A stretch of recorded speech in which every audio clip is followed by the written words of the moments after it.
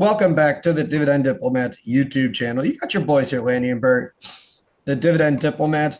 Lanny, I'm going to talk to you about three stocks I am watching right now. They are shooting up my dividend stock watch list. All of them have been crushed so far in 2025. They've been down over 10% in the last 52 weeks. Dividend yields are soaring, and that's why they are moving up my watch list quickly. Yeah. One of these stocks, too, is almost down 20%. But guys, hit that like button, subscribe to our channel. Help us help you get to financial freedom, guys. It's all about investing in the stock market via dividend stock investing, building up the dividend income portfolio. So Bert's got three stocks that are down 10%, almost up to 20% in the last 52 weeks. Three stocks that Bert could be buying right now at current prices. And Bert, is there a stock already that you've moved into and you're moving more into as well That's at this right. time? And one of them I'm thinking about moving even more into as we go Oh, through it. Yeah. That's absolutely right, isn't it? let's Here. go. So what we're going to do for these stocks, we're going to talk one by one. We're trying to make dividend investing simple here on this channel. We always use our stock screener. It's not our full research, but it's a very good it's a very good tool to help us find stocks and show why we like them and why we want to invest in them. More research, performing more research in the company and putting them on our watch list. So let's look at the metrics for these three companies, see what they're looking at. And Lanny, what are the three metrics of our stock screener? That price to earnings ratio, looking at it to be less than the S&P 500, as well as compare them against their competitors. To that dividend payout ratio. We'd like to see less than 60% because that screams the safety in paying the dividend and then also the outlook of growing the dividend. Lower payout ratio means higher dividend growth typically, as well as better safety. And then we look at the dividend growth, guys, because you want your income stream to grow to beat inflation, because you don't want your purchasing power to decrease every year. You want it to increase at least at or above the rate of inflation. And then we look at how much income this stock can pay you by looking at that current dividend yield.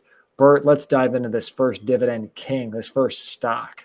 The first dividend king is Pepsi, ticker symbol PEP. This was featured on our it was on our video on Sunday. So we're not going to really spend a lot of time here talking about Pepsi. So let's quickly go through the metric. Let's quickly look at the screener and see how they are performing. Their price, as we talked about, we're filming this with closed prices as of the 3rd. So it was below 150. It was 149.65. And with forward earnings at 8.15, that gives you a P ratio of 18.36x. Hey, pretty low against the S&P 500, low against what they usually are at from a PE standpoint. Now, their dividend payout ratio is at 66.5%, so higher than usual, but between them and their competitor Coca-Cola, KO, they're usually around that 60 to 70% payout ratio, and they have no problem consistently growing their earnings and growing that dividend. No, they don't. Their 5-year dividend growth rate is 7.04%, and they've increased that dividend for 52 plus years. Again, they are that dividend king.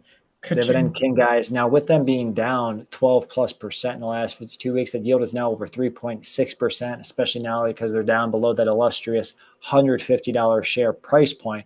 And that has, again, caused that yield to go up so much that it's now higher by 86 basis points versus that 5-year yield average. Now, again, it's a $200 billion market cap stock here.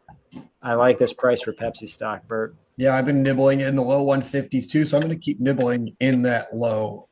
Are you buying Pepsi stock, guys? Let us know in the comments as well. Are you grabbing Pepsi stock below $150 per share?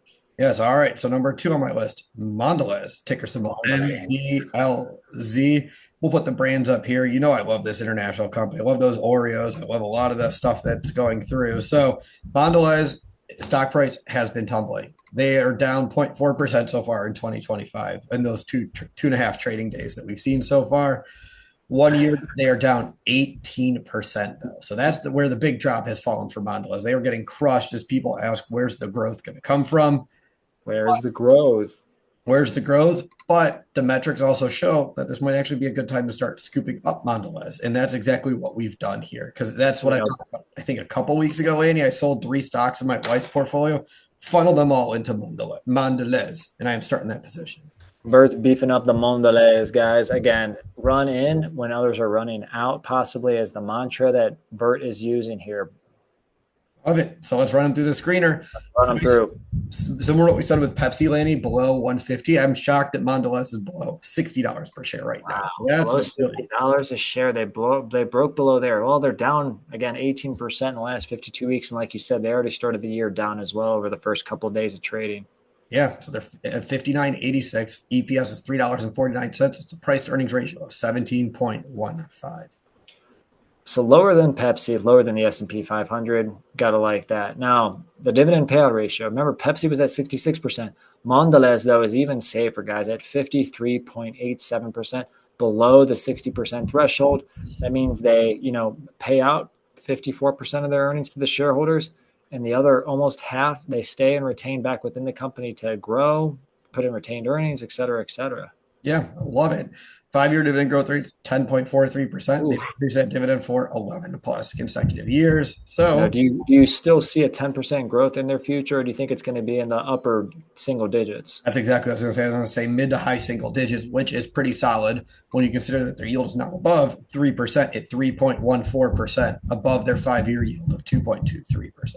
Absolutely, absolutely, guys. Again, 3% yield, way over their 5-year average. That 2.23%. It's amazing that was like their average was like that 2%, and now that they're Yeah. yielding so much higher over it at 3.14% is nice.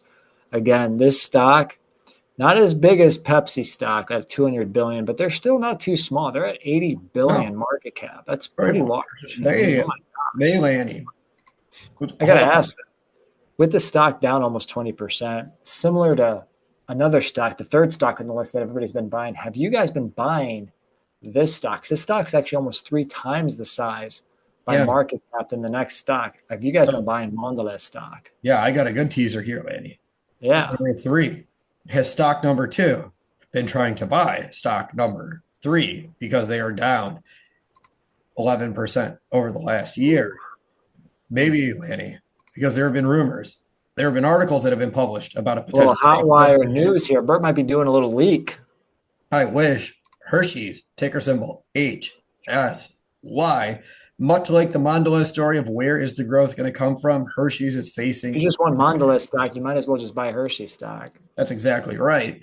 I don't own Hershey's, but it's one that's been shooting up my watch list because they are below 170 per share now, Lanny. They closed at 169.03. It was interesting. One of the things that we were talking about, I put a post out on X about this, and someone wrote back with, well, what about the high cocoa prices? And in my head, I'm like, that's absolutely right. Of course, it's going to crush Hershey's financials right now. But eventually, those prices are going to turn around, right? Eventually, the costs are going to come down. So you might benefit from them during their time where they are down 11% in the last year to I maybe. was a heavy contributor to those cocoa prices. I was buying a hell of a lot of cocoa powder for my hot cocoa I've been drinking. Yeah, that coffee, all the good stuff. I'm with you. I've been part of the root cause of it. So that's what's really catching my eye with Hershey's. Plus, it also helps that they might get taken over too. That's always a good little pop to throw right in there. Yeah.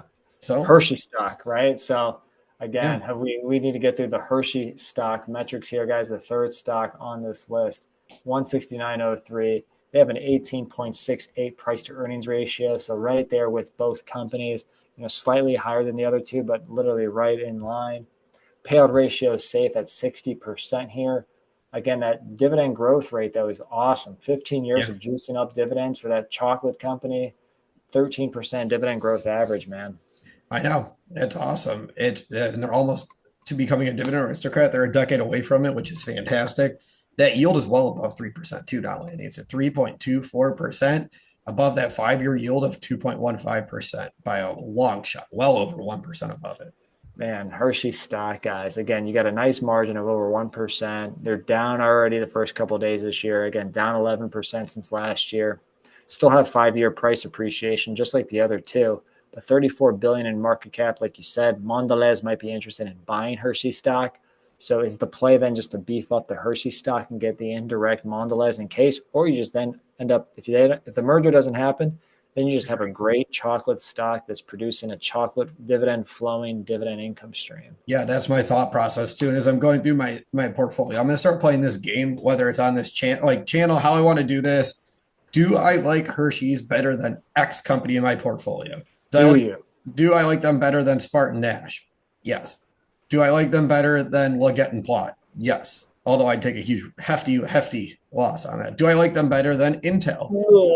That Intel is a different kind of company, but it's the same type of thing. If there's a company, I shouldn't be so afraid to move out of a position I don't like in my portfolio if I see a company like Hershey's that I do like and think has better long-term potential. Yeah, if you have a better play that fits your strategy, if it's to produce a growing income stream and the other companies aren't doing that, plus the safety and sleeping at night, then these three stocks are usually sleep well at night stocks because they're nationally, internationally, globally recognized companies here between Pepsi stock, Mondelez stock, and Hershey stock. I got to ask the community though, out of these three stocks, which would you buy? You had to pick one. Let us know which one of these three stocks would you be buying right now? Yeah, and let me know what you think of these three companies on my watch list and if you're looking and you are buying any one of them too. Guys, remember to smash that subscribe button. Give this video a nice thumbs up, guys. We're in 2025. We're doing this thing. We're doing this thing as often as we can, trying to put out as many stock tickers as we can, put out the statistics. We put out what stocks we're buying. We'll have to come out with another purchase video once we start getting more active with the cash we have, guys. So let us know what you've been buying here in 2025 and like, subscribe. And remember, you're either with us or you're against us, Jack. That was Bert, the Hurt, and Lanny, legend, from the Dividend Diplomats. Over and out.